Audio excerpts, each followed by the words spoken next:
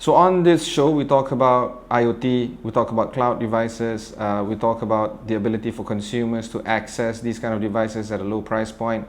And while we can agree that some companies do it better than most, a lot can agree that Apple is doing it a little bit better because of this, the latest product that they've launched for this year, for the earlier part of 2021, which is called AirTag, is something that a lot of people are already anticipating. This rival style, for instance, which is not a big thing in Malaysia, but at the same time, it's around. You can get it at Shopee for 150 bucks or so, or Lazada. And the issue here is why? Why is Apple doing this? It's clear that Apple is making a big push towards wearable devices, and Apple is trying to also bring about that idea of connectivity across all your analog devices. So AirTag, if you've never heard of it, is the device that you put on your items like your key fob or your bag, or inside your car, quite literally, so that you can find your car in a parking lot easier, and it can easily be found on your iOS devices. The product is actually quite minimal. This is about it. I guess I just opened this box and this is it. There's nothing else to it. Unboxing it, items are quite minimal. They're bringing down all the environmental impact of it as per their trend for the past year or so. If you recall, the latest iPhone also loses some of the items inside the normal or traditional items that they normally put inside an iPhone box, bringing it down even smaller. When you open it, there's a plastic wrapping of the AirTag, and if you pull the tab and the battery circuit's closed, immediately it pops up or it activates the device. If you have an iPhone running on iOS 14.5 or later, we are currently at 14.6, it enables you to immediately register the AirTag.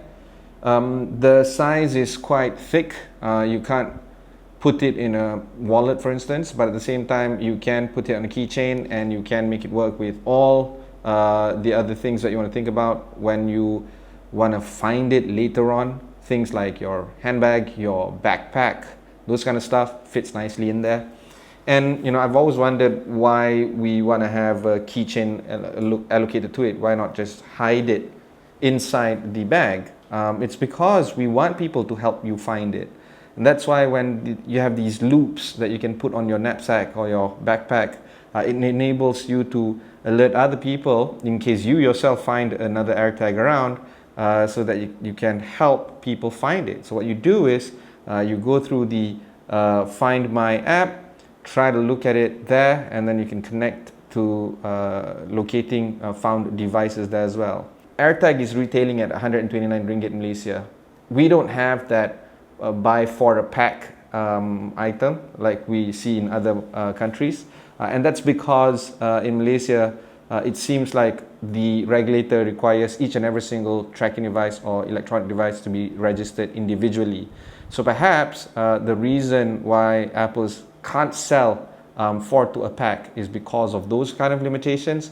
But in the meantime, you have to just buy it individually. AirTag is IP67 certified. So in case it gets some rain, water spills on it, it's perfectly fine. And of course, it is running on the traditional CR2032 Panasonic battery given. But of course, any CR2032 batteries that you can easily get on the shop can easily be found. So the battery lasts about 1 year. And there's an indicator on the Find My app on the battery health of the AirTag in case you forget to replace the batteries on it. Now the question is, what do you do with the AirTag? The way I look at it is there are 3 things that you need to think about when you want to buy an AirTag. The first is if you misplace things around the house. If you misplace things around the house, you can easily locate it using the proximity and precision sensor. It works just fine, but the trigger range is of course the Bluetooth range, which is about 20 to 30 feet. Maybe you can go further if there's no restrictions on it. And if you think about how to locate it very well, I think it's just fine. Here's a demo of me doing it. You can easily locate it. You find your keys or your bag or anything that you want to find always, constantly, all the time. You can easily find it there. The second thing that you need to think about is what happens if it's far away. For instance, you left your keys at the office, or something that is movable like a train or a bus. Now as it moves away from you, it alerts you on your iPhone, and you can key in locate my device, and if another person uses an iOS and scans it for you, you can alert the person by giving a notification tag there. Now we've done this countless of times using the traditional pen and paper. We're now digitizing it. This is about it. And of course it works with an Android device as well. Just bring it up close to the Android device and you can see the note that you left behind. That's not the issue here. I think it's common sense. People can find it, and of course you want it to be seen. That's why Apple is of course selling the bag loops together with the AirTags. There's plenty of third-party options when it comes to keychains, key fobs, loops.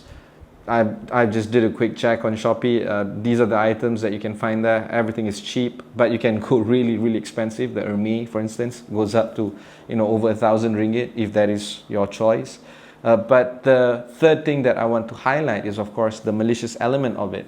If you think you can track somebody by just dropping this in their car or leaving it at their home or any of that sort, it's not going to be that easy. Apple, of course, talks about privacy every single time, and this device functions to that philosophy as well. It highlights the fact that if you are far away from your device, and if this is in a car, for instance, and you dropped it in the person maliciously because you want to track that person, and you're not at that person, you're not near that person, the person's iOS device is going to alert that individual of the presence of an AirTag.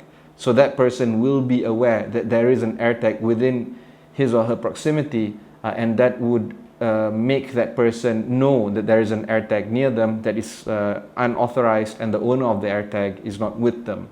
That is the brilliant aspect of the AirTag.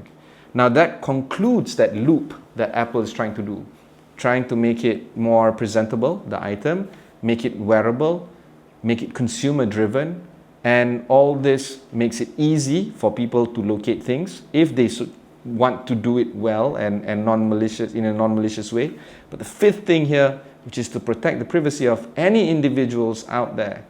I think this, while it may seem like the simplest product that Apple has rolled out in years, enables us to understand the philosophy of Apple as a company outright. And if there are other products out there, Tile for instance, or any other products that helps you enable to track things, if it doesn't exemplify that whole privacy notion, I think they have a long way to go. And of course, while this product is a little bit bulky, I don't see Apple improving on the form factor anytime soon. I think they're going to stick with this size for many years to come. But at the same time, this is a good first step for us, the consumers, to be aware of the kind of privacy element that wearables can have and how wearables look in the near future. That's it. Thanks for watching.